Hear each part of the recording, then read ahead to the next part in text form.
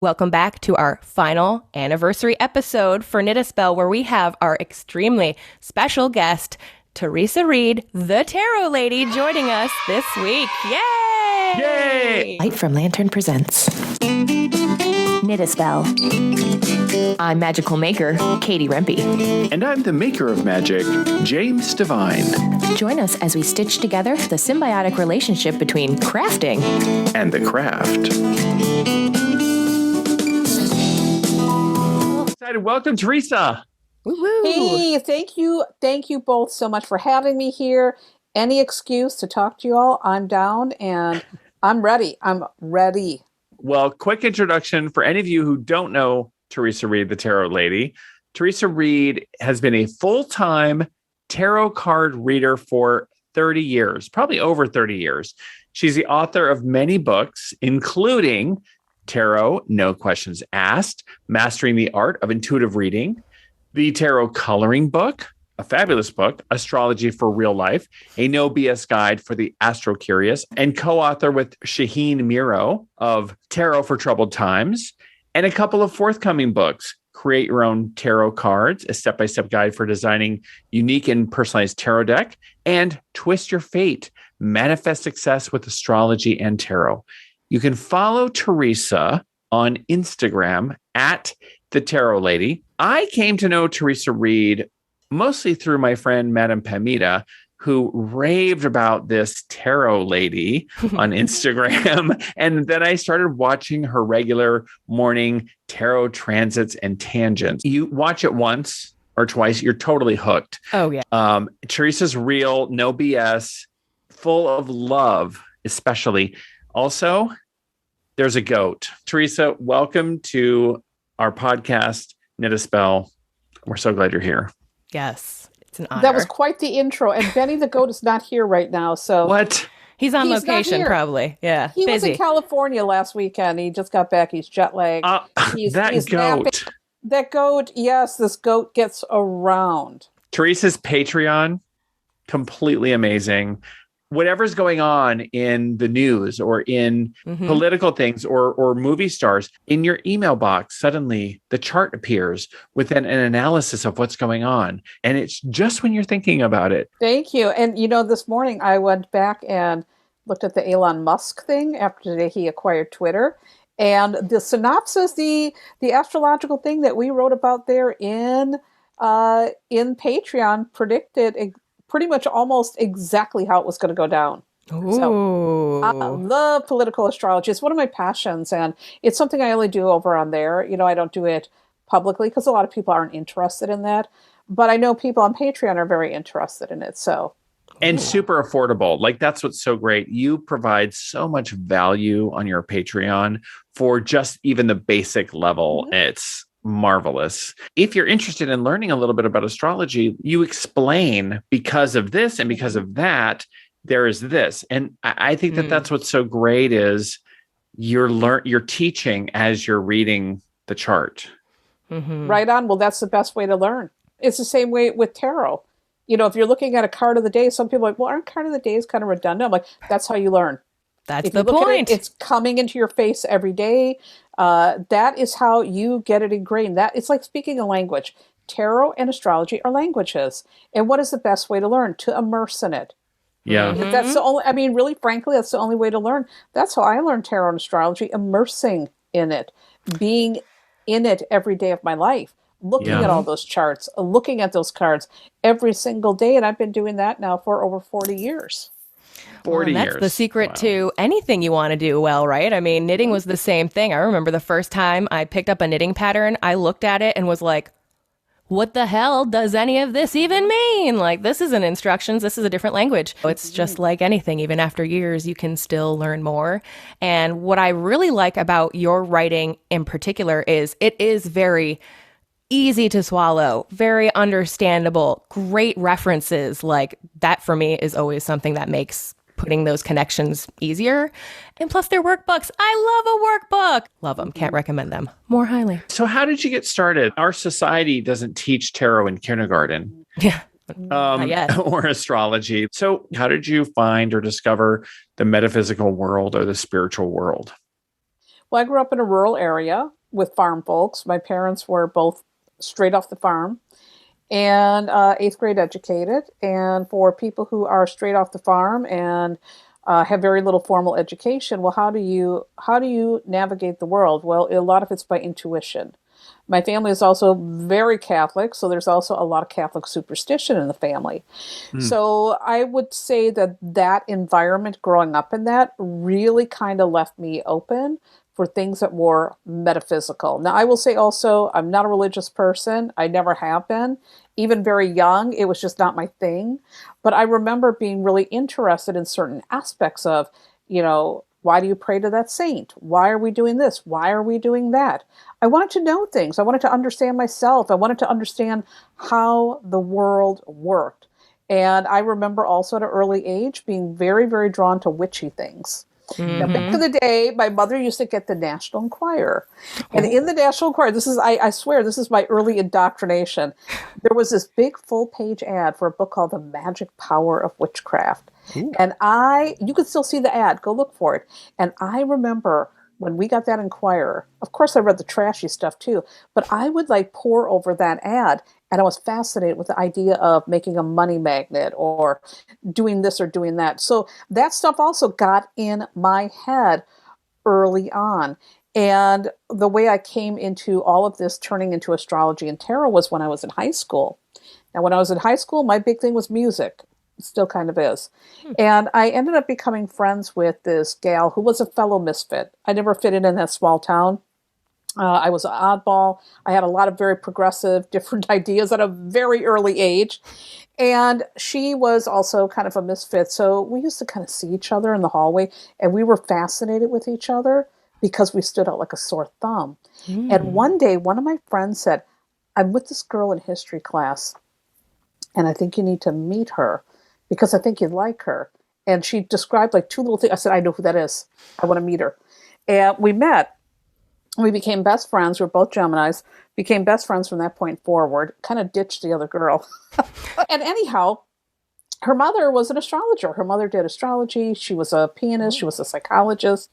She was super educated, which was really weird for where we lived. Most people there were, again, farm folks, lower middle class people. But she was very, very different. Stood out like a sore thumb.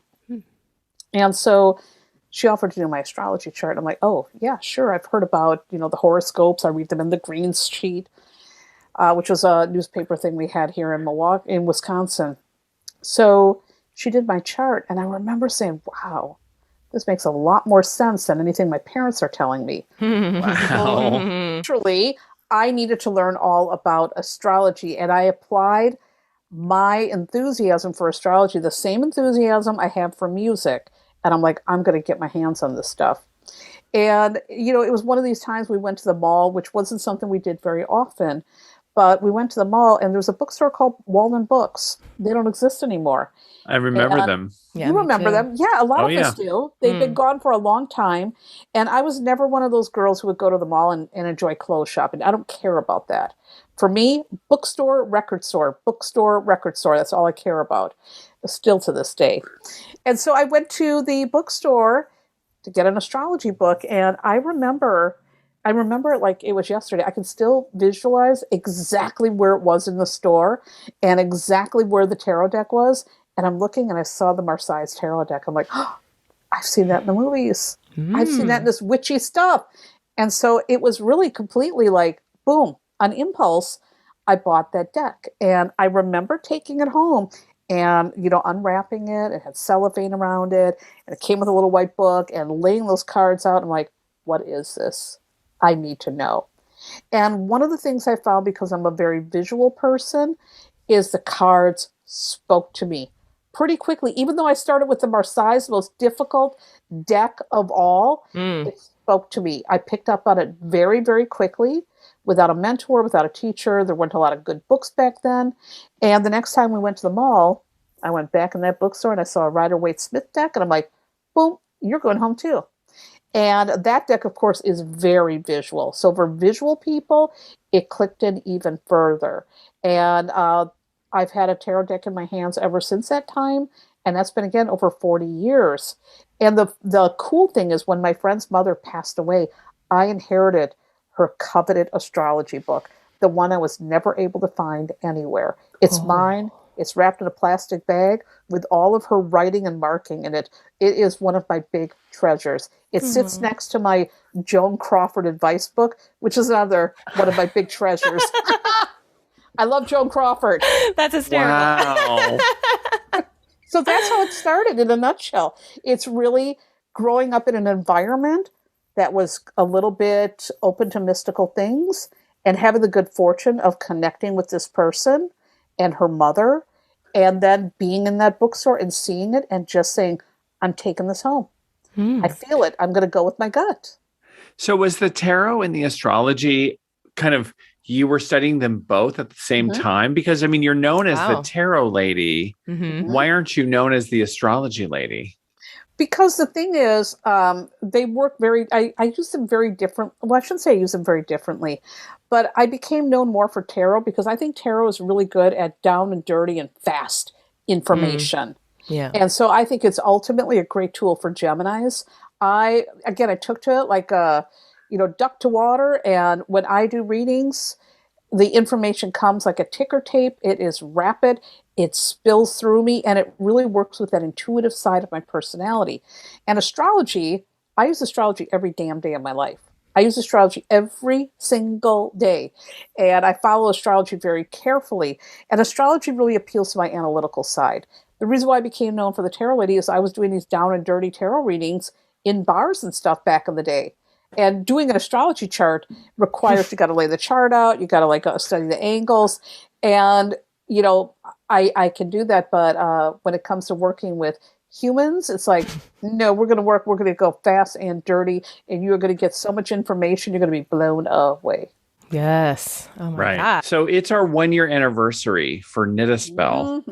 And one of the reasons that we wanted to have you on is to see if you would be willing to look at the Knit a Spell chart. I've got the chart right in front of my face as well as the transits. I'm going to share the image so that if anyone is watching the YouTube, they can see what we're seeing. The first thing I would say with a Sagittarius ascendant, it's all about telling the truth. And Sagittarius has a lot to do with not just truth telling, but philosophy. So this is a really great place for you to express your philosophies about life. And a lot of what your show is going to be about, or maybe this is how people are going to perceive it, is, wow, this is about, broadcasting important message. This is about broadening our horizons. And I think it's going to be really helpful to really open people up, maybe to new people, new concepts. Also, when I look at the Virgo midheaven, that shows me there's an element of teaching here. That a lot of what people will come to your Knit a Spell podcast is because they want to learn things. So there's a real element here about learning, education, broadening horizons. So that is one big thing that stands out for me. The other thing that stands out for me is the moon and Jupiter were conjunct in the 3rd house of communication. And the house of communication, I mean, what a great aspect to have in the natal chart of your podcast. First of all, the moon conjunct Jupiter, this has this feeling of we're really expanding on a topic. We're expanding on a message. And they're in Aquarius. Aquarius has a lot to do with the occult, with metaphysical things, with, kind of like community, the collective. So together, the moon and Jupiter in Aquarius in the 3rd house, whoa, you got a big message you're bringing forward to the public, and the public is here for it. Now, also, because the ascendant is Sagittarius, well, Sagittarius is ruled by Jupiter, and Jupiter sitting in the 3rd house, the house of communication, conjunct the moon, this feels really, really auspicious for the podcast. That, again, there's a good message here. It feels like you're in your element, so to speak. And you certainly have a lot to talk about. The other thing what I see too is we want to look at Mars in the 7th house. So Mars in the 7th house is in Gemini. Mars is ambition. And Mars in Gemini means talk, talk, talk, talk, talk. We're here to talk, talk, talk. And also the 7th house is relationships. Gemini's duality. two people doing a lot of talking. And that Mars is also in a trine with that Jupiter, the Jupiter moon aspect. So what does that mean? Well, that means also, again, we're communicating. We have two people communicating. And I see that as being a really good thing. Like, you two feel like you're very natural for communicating with each other. So you should feel pretty comfortable with each other. Maybe you fire each other up. Maybe you also like talking about a variety of things. So we've got that. The other thing I would say, let's look at the sun.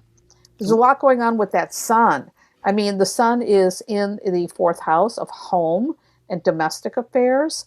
And it is also, it's a stellium. You got an Aries stellium there.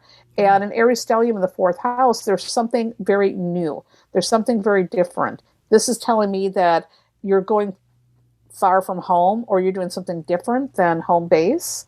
And so maybe even the original idea is evolving. I mean, that could be one way of looking at it, but the Mercury is about, here we are, we're communicating. In Aries, we are communicating bold new ideas. We also see Chiron. There's some aspect of healing taking place here.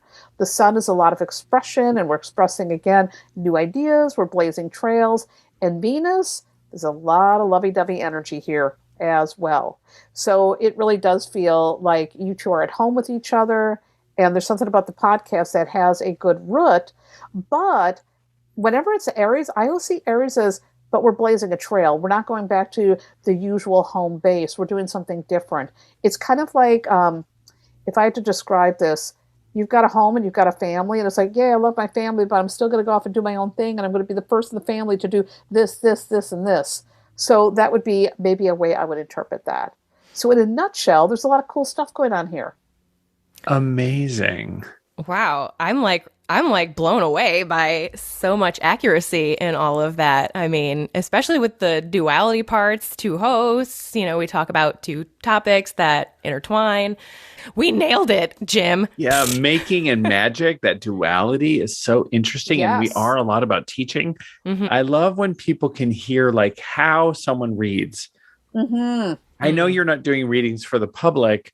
Mm-mm. It still is such a great way to hear the way in which she just tells it like it is. She just gets in and makes it real, or makes it like down to earth. Of course, I couldn't help thinking about how I myself am an Aries, and how Katie is a Virgo, and how we have this stellium in Aries, and how our midheaven is in Virgo. So that also is tripping me out as you're reading. And it's just amazing. Mm-hmm. There's so much to astrology. I mean, that is like just looking at a glance, the things that stand out to me.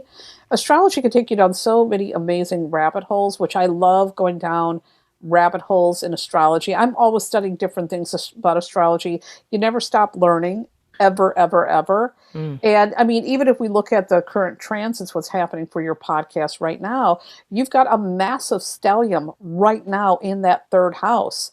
This would be, if I was doing this chart, and let's say I'm doing it for you for like a business reading, I'd be like, oh my God, this is the absolute time where you need to continue getting the message out there. You need to refine it, not be shy, look at new ways that you can reach different people, different audiences. You've got this, again, massive stellium right now. You can get your message out there in such a big, beautiful, profound way. So this would be the time, I'd say, giddy up, let's get going. And also because Saturn is now in the podcast 3rd house, it's time to build your structures, to really build the structures around how you're communicating. What tools are you using to communicate? What social media are you using to get the message out there? Where can you refine? What are some things you can abandon that aren't supporting you getting your message out there? And when Saturn goes through that 3rd house, it can be a good time for writing, but it's also a good time, again, to really get your communication style cleaned up. Gosh, we were just talking about that before you came on, too. So that's pretty funny. Astrology is accurate. However, the interpretations are not always accurate. Interpretation, here's the thing with tarot and astrology. And this is one thing I always say, you're going to be wrong. You're going to be wrong. And nobody wants to hear that when they're learning tarot astrology. They come to tarot astrology because they want to have control over their future. I mean, I got into it. I wanted to understand myself. I wanted to understand why I do certain things. Of course, that's why I got into it. And so I think a lot of people have this idea then that you're going to be able to map out everything perfectly and you're going to have complete control over your life. And it doesn't work like that. There are things you cannot see. And human interpretation is very, very messy, and sometimes also you can't be objective on certain things. So I always say, okay, if you're coming into this, you're going to be wrong. And that may sound like I'm the angel of death for teaching tarot and astrology. I'm like, no, as soon as you get that out of your head, as soon as you get that out of your system, you're going to be wrong, you're going to be criticized, you're going to miss the mark, you're going to misinterpret. Well, you know what? That takes actually a lot of anxiety and ego out of it. Now it's no longer about the ego. It's like, let's just do the reading. Let's deliver the facts like Dragnet. Let's do it in a way that's going to be helpful. And let's hope that whatever information we're delivering will be something that people can use. Not any of this, oh, look at me, I'm predicting the future. I mean, that's not ego-driven. Yes, I love it when we're right. That feels great. I mean, who doesn't want to be right? But that's not why you do tarot and astrology. You're doing it to guide, to help, to gain understanding. And, sometimes, again, when you make your mistakes in your interpretation, you end up learning so, so much from it. You're not always going to be right. And that is a very humbling thing. I see once in a while there's readers who will say, oh, I'm 99% accurate. I'm like, that's... Avoid those readers. That's a scam. How it works. I mean, I remember, too, when there was the election with, Hillary versus Trump. Everybody was saying because of the aspects, and also because of what they were saying in media, she's a shoo-in, she's going to win. And I was looking at one thing in Trump's chart, and I'm like, but he's under his Jupiter return. Oh, yeah, but there's all this other stuff going on. I'm like, yeah, but it's Jupiter return. He's got a lot of luck on that day. And I said, I wouldn't count him out. I had a whole bunch of people get mad at me, like people who were my followers in my newsletter, because I only said this in my newsletter, and they jumped off my newsletter. They thought I was supporting them. I'm like, no, I'm just telling you there's some luck here. And not that, again, it was me being right, but again, a lot of people were interpreting things for Hillary, I think, based on what they wanted to see or what they were hearing in the media. And when you're doing tarot and astrology, you have got to get all of that crap out of your system. You've got to not necessarily be, I thought I was going to be the only wrong one. I'm like, I'm the only one saying, so you kind of just got to look at it like that. And, whether you're wrong or right, ultimately that doesn't matter. Let's get our ego out of it. Let's be objective. Let's try to look at this from a perspective of, okay, what are we seeing here? And instead of looking at a million different aspects, let's get down to the nitty-gritty. What is the one important thing or the three important points that are standing out in this chart or in these tarot cards? If you can come away with 3 takeaways, we're good. Dial it down. Otherwise, here's what happens. You're looking at these like astrology. I was like, well, I see this aspect and that aspect and this and that. Yep. And then you're getting all muddled. You're going to be wrong. And you got to dial it down and drill it down and get down to the root of what we're looking at here. And you're going to have probably a better interpretation. Yes. The one most important point, and pay attention to that. What do you think is the biggest benefit of having at least a basic understanding of astrology in our lives? Yeah. The basic, well, there's a really good reason to have that, because everything is energy. We are made of energy. We are all made of atoms. I'm made out of the same atoms as this coffee mug that I have here, but it's arranged differently. But it's energy, energy, energy. And when you understand the energy of you and the energy of what's happening in the universe, you are bringing awareness into your choices, your thoughts, your actions, and your interactions with other people. So, for example, let's say Jim is an Aries and I am a Gemini.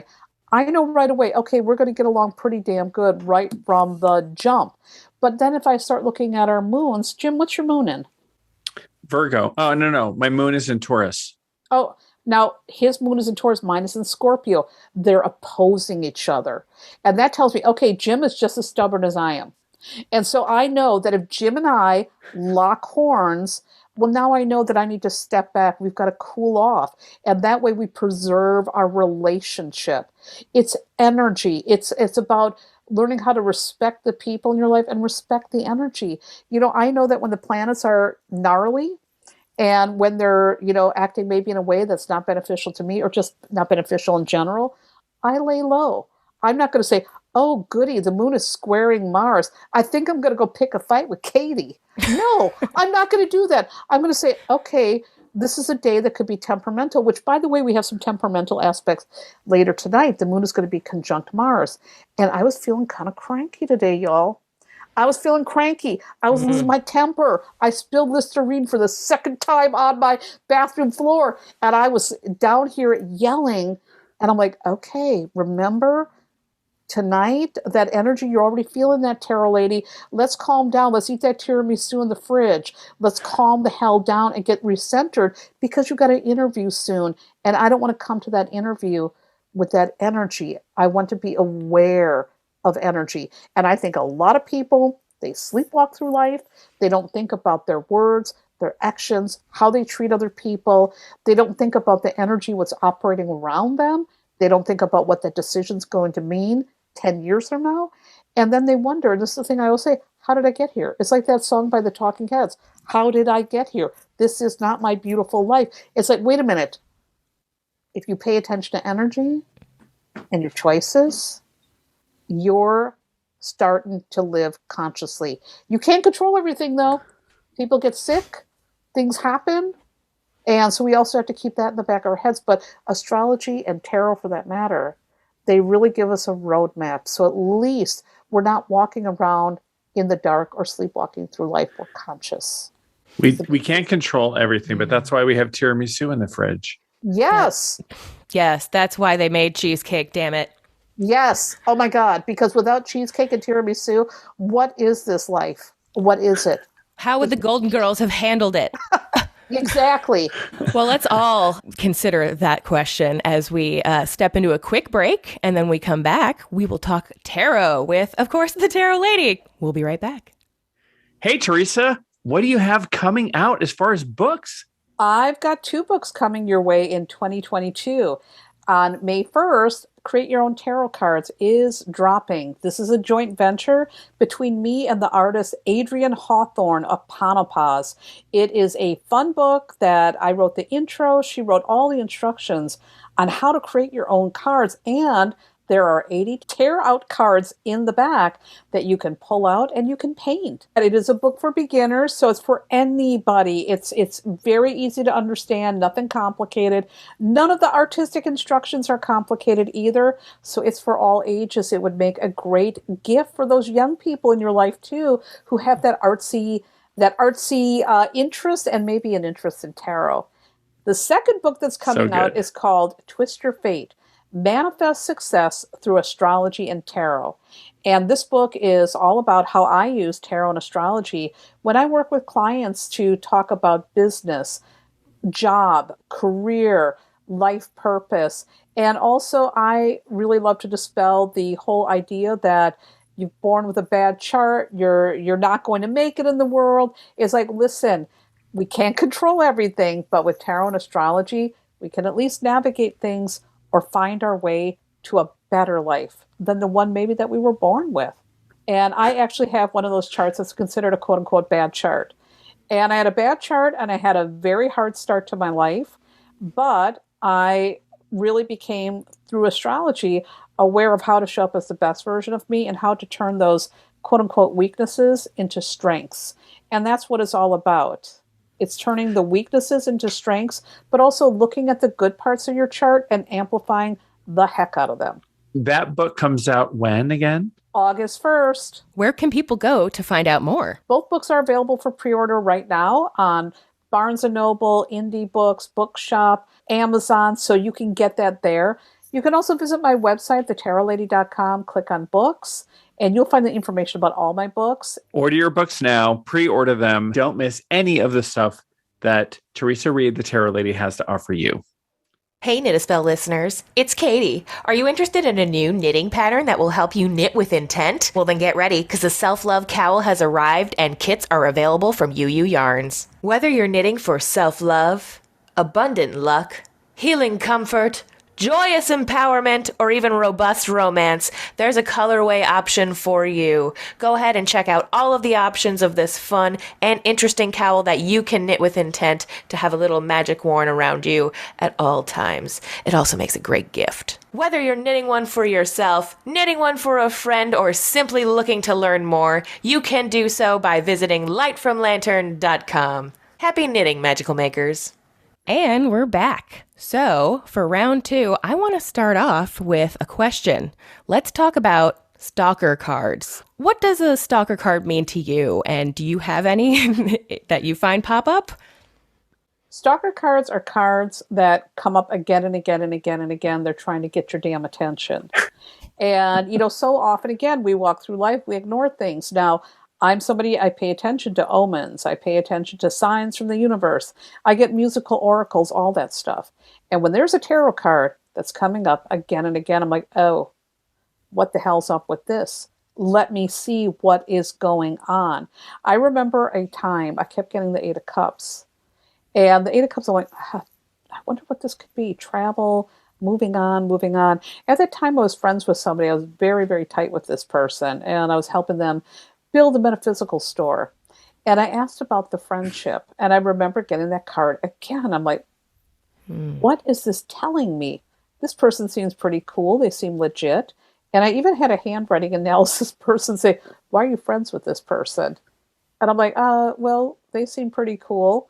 And they're like, I'm like, okay. Then I get the Eight of Cups again and again. Well, anyhow, it turned into this big, terrible thing. This person completely betrayed me, and I had to get the hell out of Dodge. And so I was like, oh my God, that Eight of Cups was telling me, get out, get out, get out. The handwriting lady was telling me that. Well, lo and behold, of course, because you got to learn the hard way. I was friends a couple of years later with somebody also. I'm like, oh, this person seems really cool. And I remember doing a reading. Are they cool? I got that Eight of Cups. I'm like, And once again, it was a repeat of almost the exact same pattern. Now, astrologically, I've got some stuff happening in the 11th house. I have to be very careful of my choice of friends. I like to believe everyone's going to be my friend and learn the hard way. And I know when the Eight of Cups shows up, when I'm asking about a friendship, it's always meant to me, get away from this person. Now, Jim, it did not happen for you, so don't worry. You and I are meant to be together. But I know that's one of my stalker cards. That is the card that tells me, for me, the message is get out, get out, get out. This is a dangerous person for you. So I've learned that. And that's happened.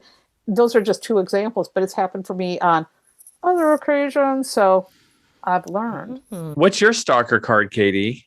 I have 2 typically. Death a lot of the time. And the Hermit, which I always just perceive as stop it, take a break. I like to do a lot. I'm very Virgo. Those are always my reminder cards, like stop, look at yourself. Do you need to just chill for a few? Yeah. What about you, Jim? It's the Ten of Swords. Seems to show up, especially when I don't want the Ten of Swords to show up. Of course. The stalker they know when you want them to. The Eight of Cups, when I look at that, the Eight of Cups too, the person in that card is going off to the Hermitage. I mean, that card is very similar to the Hermit. And I am actually, even though I'm very friendly, I'm quite a hermit. I'm very much a lone wolf. I love being alone. I'm one of those weirdos, Moon and Scorpio. And so the Eight of Cups, for me, is like, okay, yeah, we're needing to get the hell out of a situation, but you're always happier when you're a lone wolf anyways. And so, Jim, that Ten of Swords, I mean, if it's coming up every damn reading, what is it telling you? Well, the interesting thing that I really appreciate is learning from you and from other people about the Ten of Swords. I've come into some peace with it. For those not familiar, the Ten of Swords has a person laying on the ground. They seem to be stabbed in the back with these 10 swords that are sticking straight up out of their back. And it just seems like such an awful, hopeless card on its face. But there's things that I've noticed when looking more deeply. The hand position in the Rider-Waite-Smith deck is the teacher pose. So the person is laying there on their face, but their hand is in a teacher pose position, which means there's a lesson to be learned in this card. And I think that that's an interesting thing. Swords are the element of air. So if I notice that there's no blood and that the swords are actually of the mind, that this is something that is happening in your mind. So I've come into a little bit of peace, like, wow, what am I being imprisoned by? What is the mind weevils telling me? Or does that make sense to you? I would totally agree with that. I mean, that's a beautiful interpretation. And, I also am a yogi, and that hand position in yoga, we call it the Yana Mudra. And the Yana Mudra is all about tapping in again to wisdom, into our higher wisdom. So I'm not a palmist, but from a yoga perspective, that really stands out. And the other thing with the Ten of Swords, it always reminds me of a porcupine with quills. And so I look at it like, do you need to protect yourself? Is there something here where you're leaving yourself wide open and vulnerable to maybe somebody else or to your own stinking thinking? What are you leaving yourself vulnerable? Where can you put those quills up to protect yourself? God, that's so good. So the other side of our podcast is a making side, magic and making. Do you have any creative outlets that... Do you knit? Yeah. Look at my face. I don't have the It's not for everyone. I don't, and I've got a lot of arthritis in my hands. It is that doesn't for help. me. No, Yeah. But I love to cook. Cooking is my jam. I love to cook. I have like 200 cookbooks. I love to cook. I'm curious about food. I'm obsessed with food. I love to feed people. When I was a little girl, the other thing I used to do, because I love going to the library, a lot of times I would check out the junior cookbook and bring it home. And I'd fantasize about all the recipes I was going to cook one day. And I would read all my mother's cookbooks. I would pore over them and like, oh, why doesn't she cook something more exotic? Why are we always doing this, this stuff, this German food? And of course, not cook her food, but because I have cookbooks. Of course. I always obsessed with food. And so cooking is my outlet. And cooking for me, at the end of the day, it means your day is done. You're going to go cook. You're going to forget about all this other stuff. You get to cook. I never look at it as a negative. It's like, you get to cook tonight. Now, tonight we are making a salmon with a yogurt horseradish sauce, and it's got chives and tarragon and potatoes and green beans. And I'm just getting excited talking about it. And by the way, with cooking, I don't care about breakfast and I don't care about lunch. I eat the same thing for breakfast every day. For lunch, I always get like something that I don't have to think about. I live for dinner. I live for dinner. That is like my thing. So that's what I make. I make food. Mr. Tarot Lady has it made in the shade. He does. And you know what Mr. Tarot Lady says? He would always come home and say, it was really good. But when I've had it done your way, I'm kind of like screwed. I can't really enjoy anything the way I enjoy this food. And I'm also known as the dessert queen in our family because I make some damn good desserts. Oh, man. Your husband sounds like a smart guy, first of all. With great taste. Well, my first husband, when we got divorced, he says, oh, the thing I miss the most is the cooking. Well, that is the way to the heart. So there you go. I love to cook. Cooking. I could talk about food. I mean, my hero, everybody's got a personal hero. And you would probably think my hero is probably a tarot or astrology person. I'm like, oh, God, no. My hero is Chef Jose Andres. That is my absolute hero. I worship at the altar of Chef Jose and also Anthony Bourdain. Yes. When Anthony Bourdain passed away, for me, that David Bowie were the two deaths that really messed me up. But Anthony Bourdain spoke my lingo. I felt like, I think most people would say it, when you watch his shows and you just feel like, I could hang out with this guy. And just the thought of how much he loved and appreciated food and the way he would get into it with people. That's how I approach food. I love food. I love to eat. And Anthony Bourdain and Chef Jose Andres, those are my actual heroes. Chef Jose is like, he's a saint in my opinion. He is feeding people all over the world. When there's a war going on, there's Chef Jose. When there's a disaster, there's Chef Jose feeding people, because food, here's the thing. Many of us, we don't speak the same languages. Maybe we don't even like the same things, but you get us together over a good meal. We break bread. Now we can come together, even if we don't speak the same language, even if we don't agree on the same things. You get a good meal and you get people sitting down, you get to see their humanness, you get to see their connection. Oh, there's nothing better than a good meal. Nothing better. How does magic or how does spirituality, how does that play into your creative expression? The cooking is very magical. Again, food is magical. Yeah. Think about it. It is magical. I knew that from the time I was a little girl when we thought about, gee, we take this piece of bread at communion and it becomes the body of Christ. How cool is that? Yeah. So I knew from a very early age the magic of food. And again, cooking, you can put so much love into cooking. And I'm very superstitious about food. I will not eat food from somebody that I don't like. If I don't like you and we're at a party together, I'm going to find out what dish you made. I'm not going to eat that. It's either got to be made by someone I don't know, so I don't know your vibe, or by somebody I love. Because I feel that a lot of times when people are cooking, if they have bad intentions, bad juju, whatever you want to call it, you're putting that in your system. Hell no. And you can also, when you cook a good meal for someone, you're cooking it with love. Like last night, the Sunday gravy. We are all sitting around, we're watching The Sopranos, we're eating this food, we're feeling all that love. There's nothing but love. That's what you want to feel. That's what you want to feel, love. Fantastic. Yes. I don't want to eat your totally potluck agree. meal that was made out of obligation. Ugh. Or resentment. Right. Yeah. Good call. Well, I don't know if you saw, but I think that you're a fan of RuPaul, ? The Drag Race. Yes. Well, they finally announced an all-star seasons with actual past all winners. Have you seen who's on the cast? I have not seen. I know Trinity the Tuck is on there, and I love Trinity the Tuck.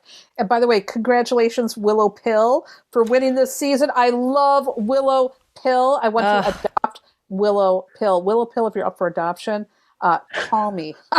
Yeah. Who's all on it? I don't know who the whole cast is. Oh my God. Well, yes, Trinity's on it. Jinx Monsoon will be joining. Ooh. Raja will be joining. Ooh. Shea Coulee. So many good past winners. No Bianca Del Rio, which I'm a little sad face about because she's my personal fave, but plenty of past winners. So I think it will be worth watching. Maybe that's a chart to do or something to do in your Patreon.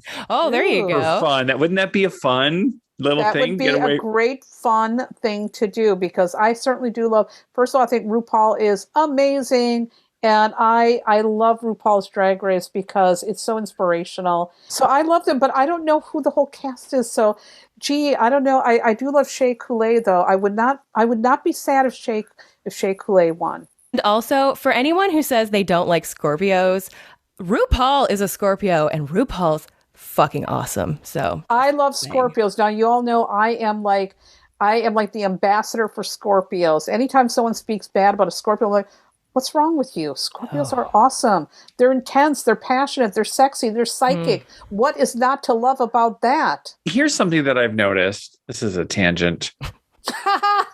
Go for it, Jim. People tend to speak bad about water signs more often than any other signs.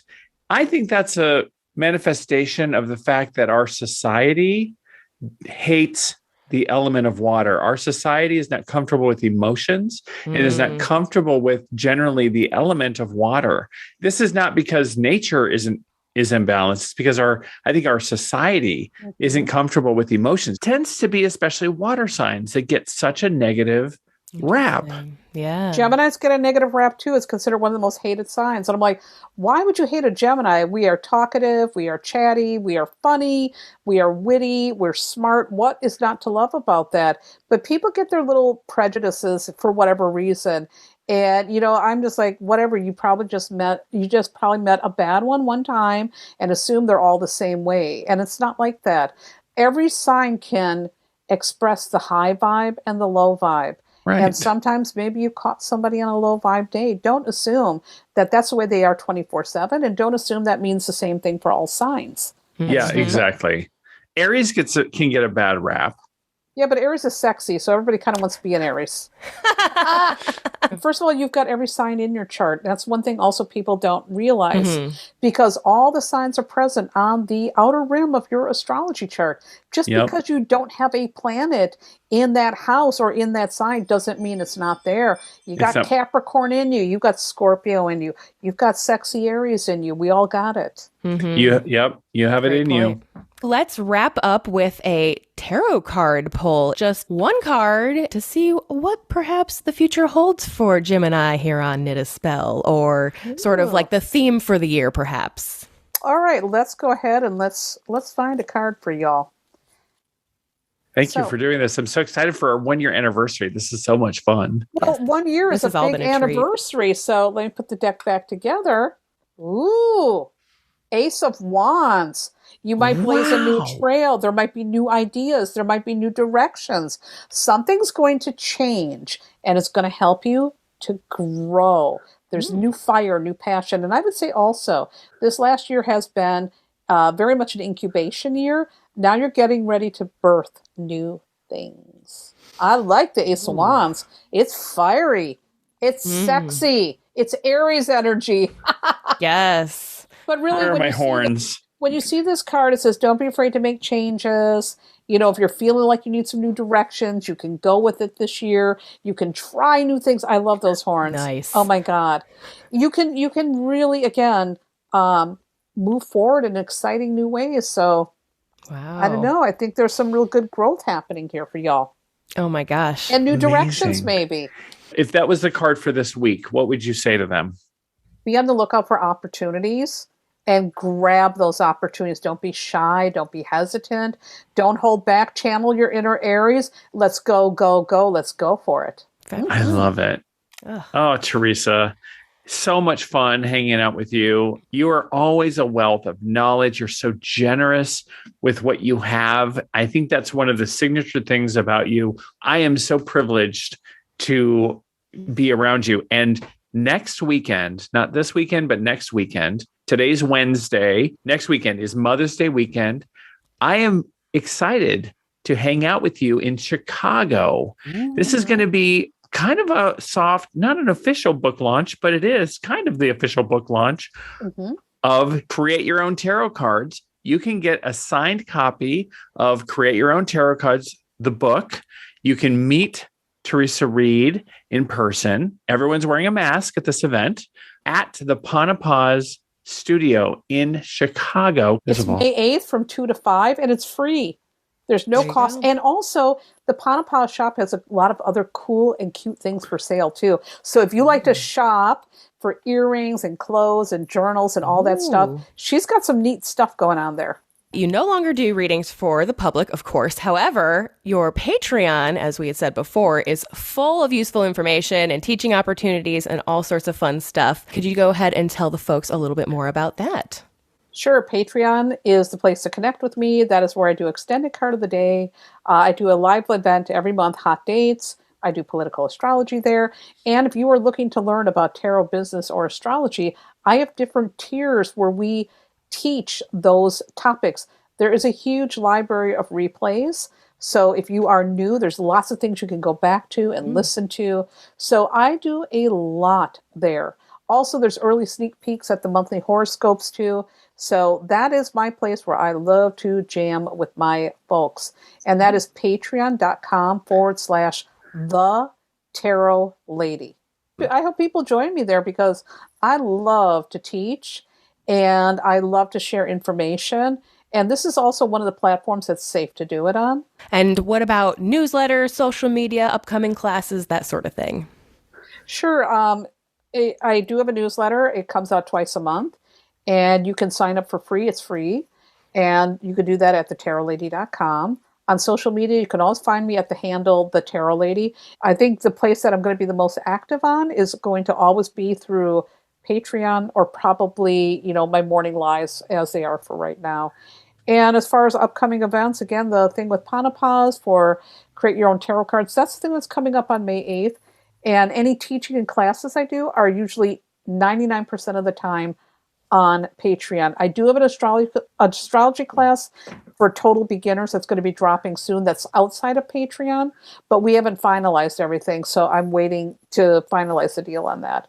You have 2 great podcasts yourself and your blogs. All of that is on your website at thetarotlady.com. Your Astrobites and Tarot Bites podcasts that I've been on both of those. They're fantastic. So from one podcast to another, go and listen to those podcasts. Yes. You'll be so happy because you learn so much. They're educational podcasts. And one other thing too, if you are an entrepreneur, I love using astrology for business. That is my jam. I use astrology for my business. Every single day that I do business, I'm checking those stars. I have the AstroBiz Digest. It is a subscription for entrepreneurs, and it gives you the lowdown of what's happening and how to max it out for your business. Ooh. Forgot about that. I'm going to be signing up for that one like immediately. So it's genius. It is so awesome. One of my favorite things that I create. Jim, you already mentioned your upcoming trip. Do you have anything else going on? That's what I have for now. But, when I have something new, all you need to do is go to thedivinehand.com and sign up for my newsletter, because that's where I announce all the things that I'm doing. What about you, Katie? I saw that there's a new pattern. Yes. Did you make a shirt? What Yeah, is I know. that? Finally, a thing that's wearable. That's not just an accessory. It's a whole t-shirt. It will be coming out in May, so shortly, and it will have a nice 2-color design. It goes really well with my sun and moon shawl. And again, you can learn more by visiting lightfromlantern.com, where you can find my newsletter as well, or find me on Instagram at lightfromlantern. Well, again, Theresa, thank you so much for coming on, for being so generous with your time and information. And people who are listening, don't miss out on all of the wonderfulness that is Theresa Reed, the Tarot Lady. Go subscribe, like, and sign up for all the things. All right, Thanks, Jim. everyone. For having me here. Thank you. Yes. Love having you here. All right, everyone. We'll see you next week. Thanks for listening, everybody. And don't forget, new episodes of Knit a Spell are conjured every Wednesday. Learn more at knitaspell.com and follow our Instagram page at Knit a Spell. If you have a quick second to support the show, feel free to drop us a review on iTunes or share this with a friend. Jim and I appreciate your support and look forward to seeing you next week.